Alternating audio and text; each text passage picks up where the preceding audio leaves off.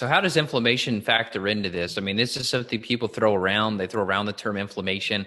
I think really you got to kind of break it apart. Are you talking neuroinflammation from toxins? Are you talking like systemic inflammation that you're going to measure on blood work? Is this like bad oils, junky seed oils creating inflammation? Yeah. Is this bad foods? Are these infections like Lyme creating issues with the joints? And that's inflammation there. I mean, I think the word inflammation is kind of overused and abused. So maybe you could kind of tease apart what you mean when you're thinking of this as one of the strategies to address.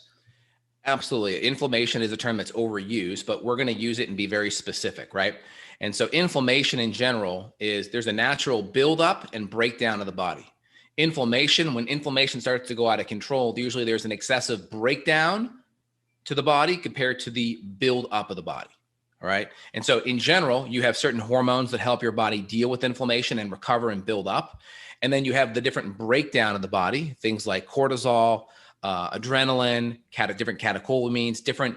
If your immune system is hyper responding, whether you have imbalances in interleukins and cytokines and immune stimulation, and that could be due to food allergens, that can be due to mold toxins, heavy metals. It could be due to a poor diet, poor sleep, too much, too little exercise. All of these factors play in to this homeostatic balance of breakdown versus buildup. And so, of course, we start with the foundations. Of course, we should make sure like, hey, we're not, licking the lead paint on the wall, or, we're not in a moldy home, or, hey, we're not getting pesticides on our food. And we're trying to mitigate the animal products that we eat. So they're organic, they're clean, they don't have pesticides and hormones. That's all really good and foundational, right?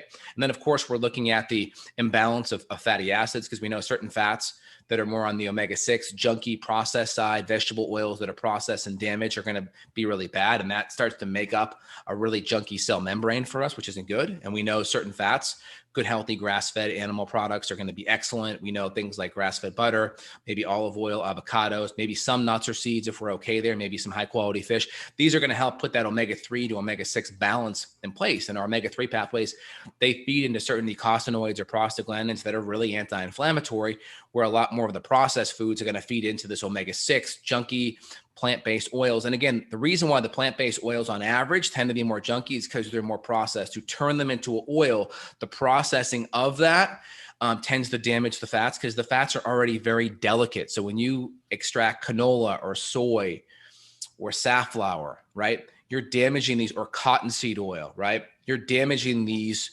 fats to extract them into that final liquid byproduct. Maybe some of the exceptions could be like olive oil, if it's cold pressed and extra virgin. Same thing with avocado, probably not as bad, but we want to make sure our fats are really good and clean. So grass-fed butter, ghee, excellent, good, healthy animal fats. They're saturated, so these animal fats tend to be way more stable, right?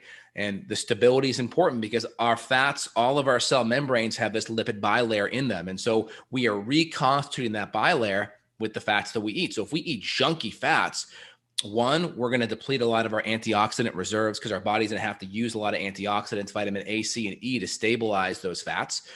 And two, it's going to make our cell membranes very, let's say, lack of more inflexible, not good communication, right? Not good, not good adaptation, because we want a nice, healthy, fluid cell membrane. So good, healthy, stable fats, coconut oil, grass-fed butter. Maybe some olive oil is fine if it's really good quality and it's cold pressed and extra virgin. Maybe some avocados, maybe some nuts and seeds there if you're consuming good omega-3 side by side from, wild Alaskan sockeye, high quality fish that have a good selenium to mercury ratio. That's going to be ideal out of the gates. And so that's one of the best things you can do outside of just avoiding pesticides and inflammatory food allergens like gluten, processed refined sugar, processed grains. That's going to be a really good starting point out of the gates.